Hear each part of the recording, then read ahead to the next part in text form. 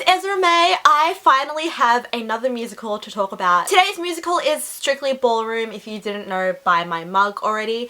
And I can't say that properly, can you? I saw this at the end of January this year and it was so much fun. There was a lot of glitter and a lot of sequins. Strictly Ballroom started as a short play in 1984 written by Baz, who grew up with a love of ballroom dancing, and he's a pretty famous director, Aussies represent, and he wrote this play, I think it was in college that he wrote it, and then it became a film released in 1992, and it is my favourite film of all time. It is the best Australian film of all time, in my opinion. It is about Scott Hastings, who is a young man who loves ballroom dancing and he's fully trained, he's an expert, but he kind of wants to switch up the rules a little bit and sort of incorporate his own moves, so he kind of just, you know, goes against the rules of what you're supposed to do in ballroom dancing. And he sort of has this partner who's a beginner. She doesn't know anything about dancing, but he ends up learning a lot from her. She comes from a Hispanic family and he learns about the Paso Doble, which is a super famous Spanish dance. You know that I can't do it right now. It's sort of like a really good romance, it's a good dance story, and it's just amazing, and it's like the epitome of like Australianness. So if you haven't seen this film, I highly recommend it. So anyway, the latest installment is a stage musical. When I first heard about this, I was so excited because I know that this would work so well on stage. It's got the most amazing costumes,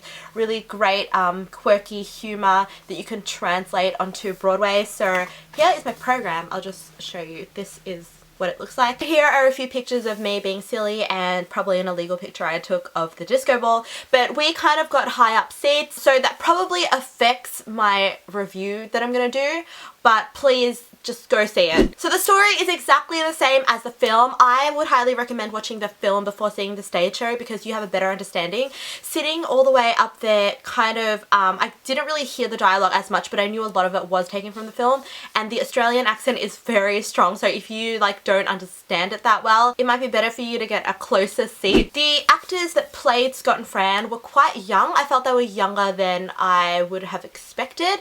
They were still really good, but I feel like if they were a bit older, kind of more like the movie, it would have been a bit more, I don't know, had more pizzazz. But then again, it's a brand new musical, you know, they can always improve on it, they can always recast, and that's just like a tiny little gripe. Another thing about it was that it is a musical, so there are some songs that have been written especially for the show, and it kind of gets lost in the music because there are songs, for example, Time After Time by Cyndi Lauper plays during Scott and Fran's sort of dance on the rooftop, but it's not a soundtrack. The characters actually sing Time After Time, which was strange for me. I felt like it affected the mood of what that scene is supposed to create. They're supposed to be dancing along to it, not singing with it. There were so many different songwriters on board for this, which is why I think the actual style of the music was a bit all over the place, because each of these songwriters have their own distinct style and you could tell, so there wasn't like a recurring theme. I feel like it could just be an amazing show without the musical element. The performers were great dancers and singers as well, but I felt like they didn't have to like sing, you know, for such extended periods of time because the dancing really is the focus. I'm not making any sense, but I guess my point is there are so many ways you could have gone creatively that it's just really hard to narrow it down. And knowing Baz, he's a pretty epic guy. He just likes to include everything.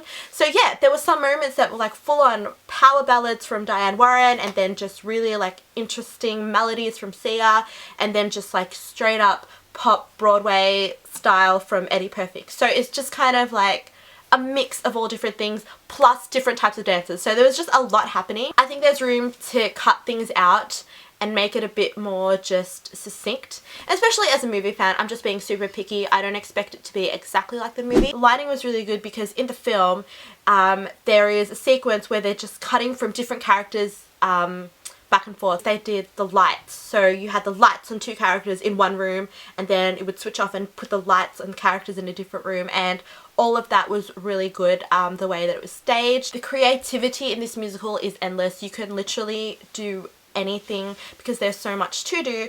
So I guess I have to watch it again. I only saw it once, obviously. And so my memories could be like fading a little bit. But I do remember that I had a good time, and I love at the end they played all dance music. They played like I Want to Dance with Somebody by Whitney Houston, and my whole family were like dancing. It was so much fun. Obviously I got this mug and it says a life lived in fear is a life half lived. I also got a little keychain. I've tried to limit myself to mugs and keychains because I just need to save money. Yeah, there were a lot of t-shirts there, and I just, you know, they were just like your normal dance t-shirts, but because when you're there you feel like you need everything. There were also like false eyelashes and glittery hairpins and stuff, so it's just really cool. You know, the marketing, you can even go so like far with that. My favorite scene in both the film and the stage show is Time After Time. I just love that bit, especially because there's this iconic moment where they're dancing and the camera does 360 and you see that they're dancing in front of the Coca-Cola sign, and it's so funny because it's like full-on marketing, but it's also really sweet that they're up that high near that billboard. And also the Paso Doble scene. Basically Scott meets Fran's parents and they're Hispanic, and he teaches them about dancing from the heart, you know, like beat. Overall, it's a great show, and if it's playing near you, go see it. I don't know if it's gone international yet, but it did play in Melbourne for a long time. That's it. That's my review.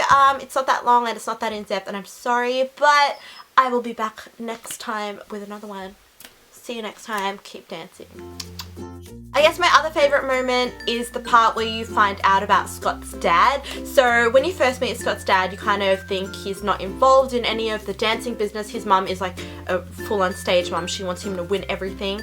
But his dad is kind of reserved. But when you find out the dad's history, that is my favourite bit. That is definitely my favourite scene in the film. I cannot spoil it for you. It's just so good. And when they brought it to stage, it was just as exciting. Like they full-on did the whole, like, I can't spoil it, but the whole costume change and everything, they did it, and it was amazing. And